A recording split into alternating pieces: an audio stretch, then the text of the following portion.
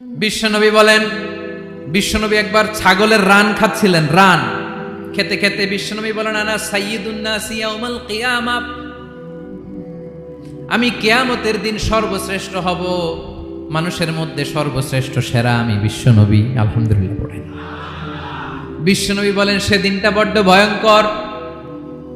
সেদিন কেউ কারো কোনো উপকারে আসবে না, বন্ধু বন্ধুর কাজে আসবে না, স্ত্রী স্বামীর উপকারে আসবে না, স্বামী স্ত্রীর উপকারে আসবে না, পীর সাহেব মুরিদরে বাঁচাতে পারবে না, মুরিদ পীর সাহেবরে বাঁচাতে পারবে না, নেতা কর্মীর পরিচয় দিবে না, কর্মী নেতার পরিচয় দিবে না, ভাই বোনকে চিনবে না, বোন ভাইকে চিনবে না, বাবা তার সন্তানকে চিনবে না, মেয়েকে দেখে মা দৌড়ে দৌড়ে পালাবে।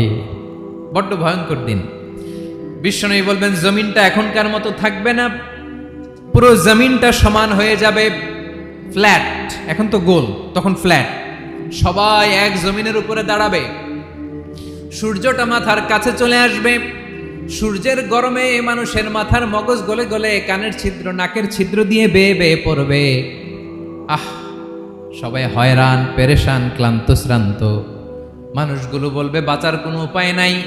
50,000 বছর মানুষ এরকম দৌড়াবে, চিৎকার করবে, কাঁদবে, বাঁচার কোনো উপায় নাই। সবাই বলবে, আহ, আল্লাহ যদি বিচারটা শুরু করতো, যা হবার হবে, আগে বিচার শুরু করো। বিচারই শুরু হয় না, বিচার শুরু হইতেই 50,000 বছর। আল্লাহ, 50,000 বছর, 5,000, 15,000 না, 50,000 বছর এরকম যাবে। মানুষগুলো কাঁদতে কাঁদতে বলবে, চলো আমরা আদম আলাইহিস সালামের কাছে যাই, যেন আল্লাহরে যে সুপারিশ করে, আল্লাহ আপনি বিচার শুরু করেন। কিয়ামতের ময়দানে সবাই মিলে সাইয়েদনা আদম আলাইহিস সালামের কাছে যেয়ে বলবে, ইয়া আবাল বাশার ইয়া আউয়ালাল আম্বিয়া, ও আদম নবী, আপনি দুনিয়ার বুকে প্রথম নবী। আল্লাহ নিজ হাতে আপনারে 60 হাত লম্বা করে বানিয়েছেন, আপনার সম্মানে ফেরেশতাদেরকে সেজদা দিতে বলেছেন। দুনিয়ার প্রথম নবী, প্রথম মানুষ আপনি। আপনি আল্লাহরে যে সুপারিশ করেন যেন আল্লাহ বিচার শুরু করে। আদম আলাইহিস সালাম বলবেন, আমি পারবো না, কারণ আল্লাহ আমাকে একটা নিষিদ্ধ গাছের কাছে যেতে নিষেধ করেছিল, আমি ভুল করে এই গাছের ফল খেয়েছি। নাফসি নাফসি, আজকে আমার কি হবে আমি জানি না, আমি বড় লজ্জিত। আমারে যদি আল্লাহ জিজ্ঞেস করে কেন খাইছিলাম, আমার কোনো উত্তর নাই, তোমারে বাঁচাবো কেমনে আমি? নবীরা থার করে কাঁপবে সেদিন। আদম আলাইহিস সালাম বলবেন, আমি পারবো না, মাফ করো আমাকে, আমি পারবো না।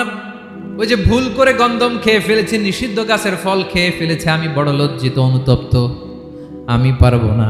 আজকে আল্লাহ এত রাগান্বিত হয়েছে, আগে কখনো আল্লাহ এত রাগান্বিত হয় নাই, ভবিষ্যতে আল্লাহ কখনো এত রাগান্বিত হবে না, আমি পারবো না। এক কাজ করো, তোমরা নূহ আলাইহিস সালামের কাছে যাও,